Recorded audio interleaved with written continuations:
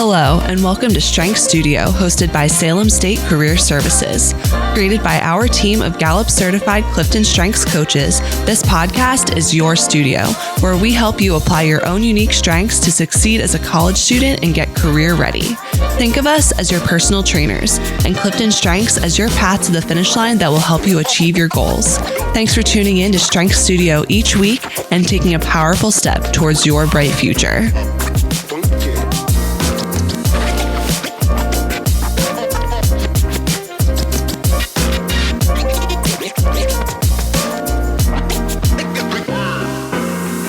Welcome to Strengths Studio. I hope you're all having a wonderful week. My name is Erin Ahart, and I am one of the Gallup-Certified CliftonStrengths coaches here at Salem State University Career Services. This is the third episode in our 4-part intro to CliftonStrengths, so congratulations, you're almost there. Last time on Strengths Studio, we talked about the difference between talents and strengths. Talents are things that we do every day, usually without even knowing it. And when you invest and put energy into your top 5, you can turn them from talents into strengths. Our hope is that now you're starting to discover how your top 5 resonate with you. On today's agenda, we're going to break down our individual strengths even further by learning about the 4 strengths domains.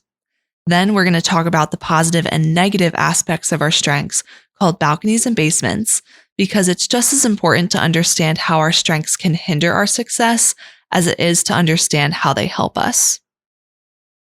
So jumping right into it and talking about the 4 strengths domains. You might remember that I mentioned that there are 34 different talent themes or categories of talent that we have. These 34 talent themes can be broken down even further into the 4 strengths domains, which are essentially 4 different types of strengths that you can have. And this means that each of your top 5 strengths fit into one of these 4 domains. The 4 strengths domains are executing, influencing, relationship building, and strategic thinking. I'll tell you a little bit about each one and also give some examples of strengths that fall into each of these domains. So starting with executing, people with dominant executing themes know how to make things happen and get things done.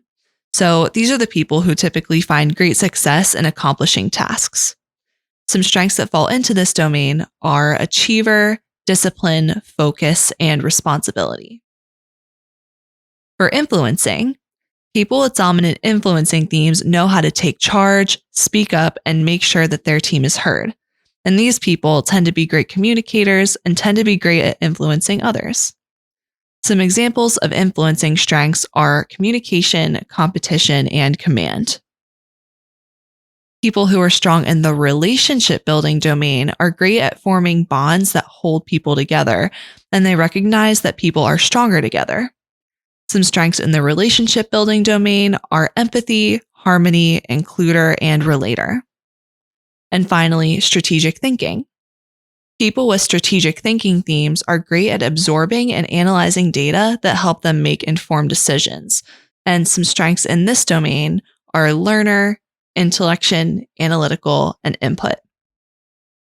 If you didn't hear one of your top 5 strengths mentioned when I was going over the 4 domains, your top 5 CliftonStrengths report will tell you which areas your strengths fall into. But chances are that you connected with at least one of these 4 domains. And if so, one or more of your top 5 strengths most likely fall into that domain. My top 5 strengths fall into the relationship building and influencing domains, which is why I love creating this podcast, because it really helps me connect with you and communicate information that I'm really passionate about. Next, we're going to talk about balconies and basements. But before we get into it, I want you to remember some guiding principles. Number 1, themes are neutral. So even when you start thinking about the negative aspects of your strengths, remember that all strengths have positives and negatives, and no strength is better than another. So own your strengths and really feel proud of them. Number 2, themes are not meant to label. So you don't want to put yourself in a box by saying, well, my strengths mean this, so that means I'm XYZ. Remember that as we do these activities, you get to decide what your strengths mean to you. Number 3, lead with positive intent. So Even though our strengths do have negative aspects to them, remember that overall our strengths are positive and describe the very best things about us. Number 4, differences are advantages. And number 5, people need one another. So the reason we're all different is because when we put our differences together, we're so much stronger for it. So appreciate all that you bring to the table and what your peers offer too.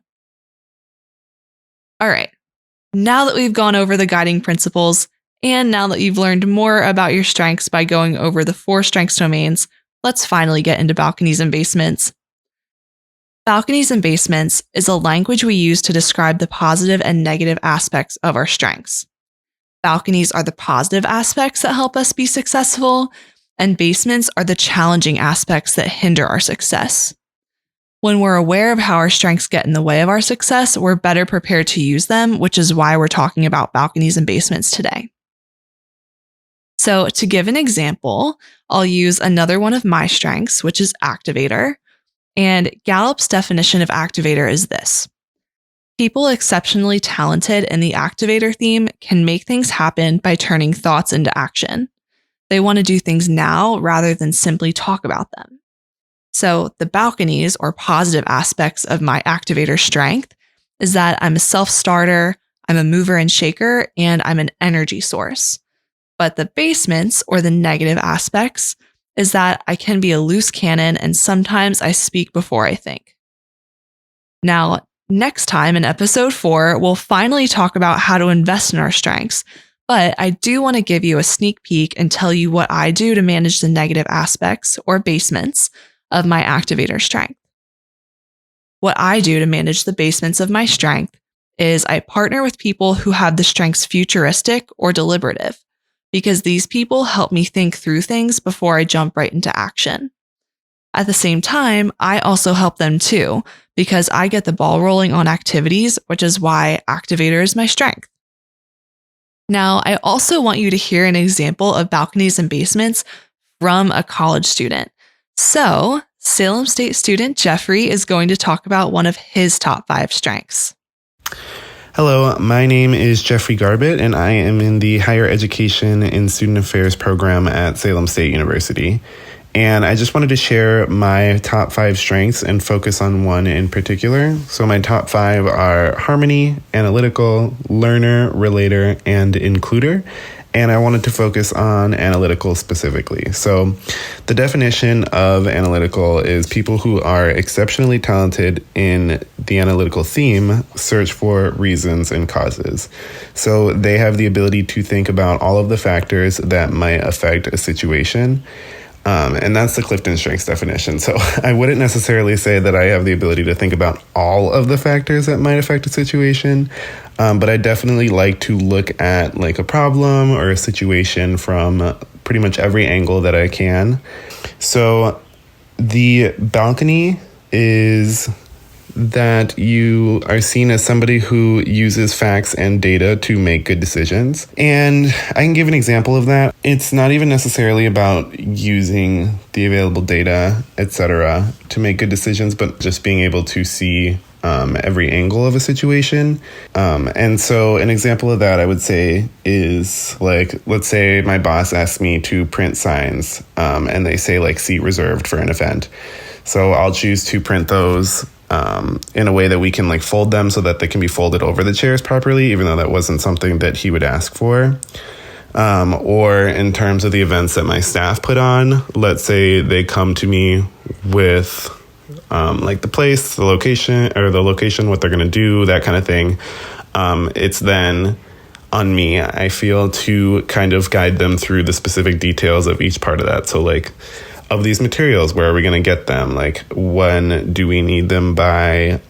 Who's going to be staffing the event? Where will they be coming from? When will they be available? In regards to the location, is it accessible? Is it in a place where students are going to be passing by regularly?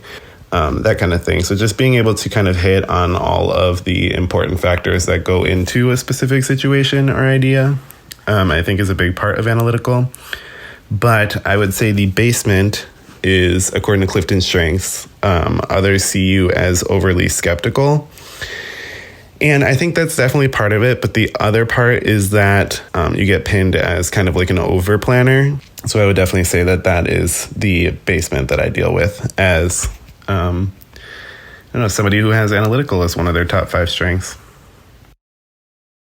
Thank you so much, Jeffrey, for talking about your strength. And now I am going to assign a little bit of homework just to get you thinking about your balconies and basements.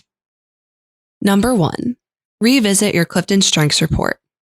Which domains do your top 5 strengths fall into?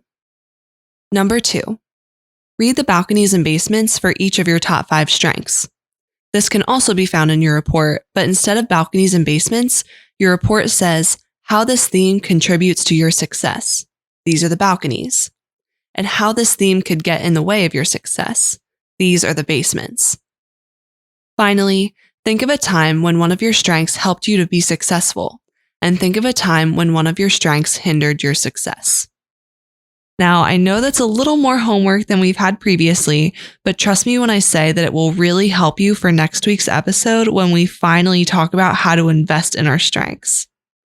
But until next time, thank you so much for listening to Strengths Studio. Please remember to rate this podcast and share with your friends. And you can always connect with us by emailing strengths@salemstate.edu or by following us on Instagram @SSU Career. As always, have a great day. Thank you so much for listening, and I'll see you next time on Strengths Studio.